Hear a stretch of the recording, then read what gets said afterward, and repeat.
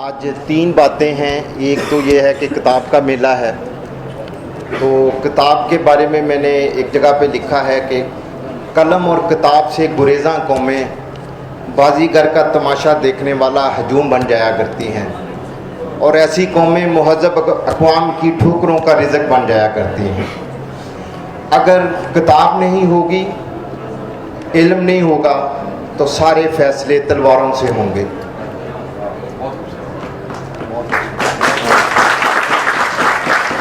अभी माँ की बात हुई है तो मुझे अपनी माँ याद आ गई। जब मैं रात को देर से घर आता था तो वो मेरे बिस्तर पे सोई होती थी सर्दियों में कि मेरा बेटा आएगा और उसको गर्म बिस्तर मिलेगा।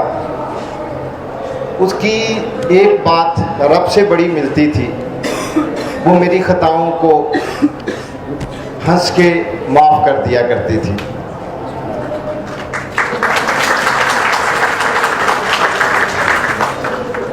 जब भी मैं बचपन में गिरता था तो वो दौड़ कर मुझे तड़प कर गले से लगा लेती थी, सीने से लगा लेती थी और कहती थी कुछ भी नहीं हुआ, वो देख कीड़ी दा आटा डुल गया है।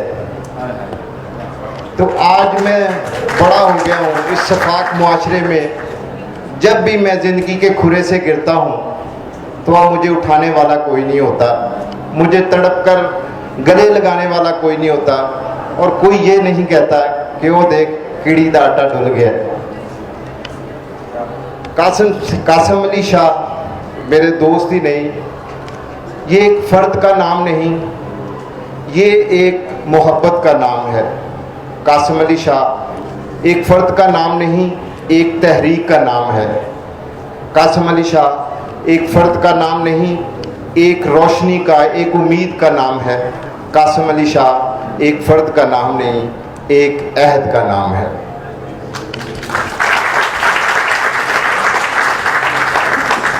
कासिम अली शाह ने हमें ग़ुलामी से आज़ाद करवाया, अपनी ग़ुलामी से, क्योंकि ग़ुलाम का सारा वजूद बैसाखियों में ढल जाता है। आज हमारे पास सर सैयद अहमद ख़ान नहीं है, आज हमारे पास कासिम अली शाह हैं, ये भी एक रिफॉर्मर है। मैंने शाह साहब से सीखा कि माफ़ कर दिया करो, और फिर जब मैंने ज़िंदगी में देखा तो शैतान ज़्यादा थे और कंकर कम। मेरी